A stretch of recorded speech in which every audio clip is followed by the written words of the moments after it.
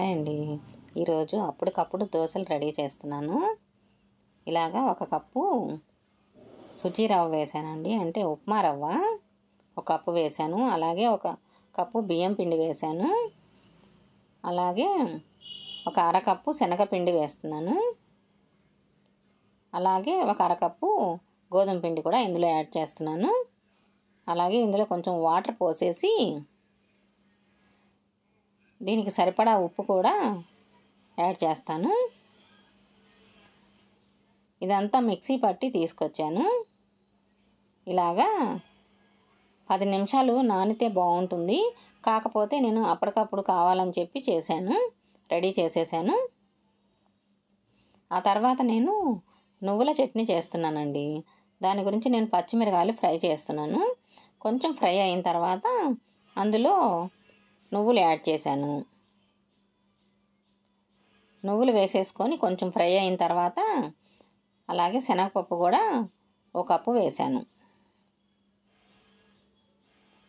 ఇవన్నీ కొంచెం శనగపప్పు ఎక్కువ ఫ్రై అవ్వాల్సిన అవసరం లేదు, వెంటనే దింపేయచ్చు. ఇలాగా ప్లేట్లో పోసి ఆరబెట్టేశాను. ఇంకా చట్నీకి సరిపడా ఉప్పు కూడా యాడ్ చేసేసి ఇది కూడా మిక్సీకి పట్టి తీసుకొచ్చానండి. తాలింపు పెట్టేస్తున్నాను, అంటే పోపు గింజలన్నీ వేసేసి తాలింపు పెట్టేస్తున్నాను అనమాట ఈ చట్నీకి. ఈసారి నువ్వులతోటి చేశానండి.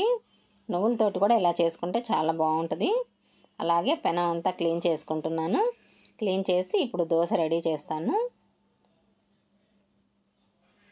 ఇందులో పెరుగు కూడా వేసుకోవచ్చండి, బాగానే వస్తాయి దోశలు. కాకపోతే ఈరోజు మాకు శుక్రవారం కదండి, సంతోషి మాత పూజ చేస్తాం కదా, అందుకని మేము పెరుగు తినము. పులుపు పదార్థాలు కూడా ఏమీ తినమన్నమాట. 5గురు ఇంట్లో అలాగే ఏమీ తినకుండా ఉంటాము. శుక్రవారం రోజు వంట కూడా ఇలాగే ఉంటుందండి, పులుపు లేకుండా తయారు చేస్తానన్నమాట. అలాంటి వీడియో కూడా ఒకటి నేను పెడదామనుకుంటున్నాను. ఫ్రైడే రోజు మేము ఏం తింటాము అనేది. ఇలా వచ్చిందండి దోశ. ఇది ఇడ్లీ కారం ఉంటుంది కదండి, ఇడ్లీ కారం వేసానన్నమాట దోశ మీద. చాలా చక్కగా బాగా వచ్చాయండి. మీకు ఎప్పుడైనా అప్పుడప్పుడు కావాలంటే ఇలా కూడా రెడీ చేసుకోవచ్చండి. దోశలు చక్కగా వచ్చాయి. చట్నీ కూడా చాలా టేస్ట్గా ఉందండి, బాగుంది. ప్రతిసారి పల్లీలతో చేస్తూ ఉంటాను కదండి, ఈరోజు నువ్వులతో చేశానండి చట్నీ. చాలా టేస్ట్గా చాలా బాగుంది. ఇది కూడా అప్పుడప్పుడు ఇలా కూడా చేసుకోవచ్చు. ఇలా వచ్చిందండి దోశ, చక్కగా కరకరలాడుతూ వచ్చాయి దోశలు. ఎప్పుడైనా మనకు అప్పుడప్పుడు కావాలనుకున్నప్పుడు ఇలా రెడీ చేసుకోవచ్చు అన్నమాట. పిల్లలు ఒక్కొక్కసారి అడుగుతూ ఉంటారు కదండి, దోశ చేయమ్మా అని. ఎప్పుడైనా మన ఇంట్లో పిండి ప్రతిసారి అలా రెడీ ఉండదు కదండి.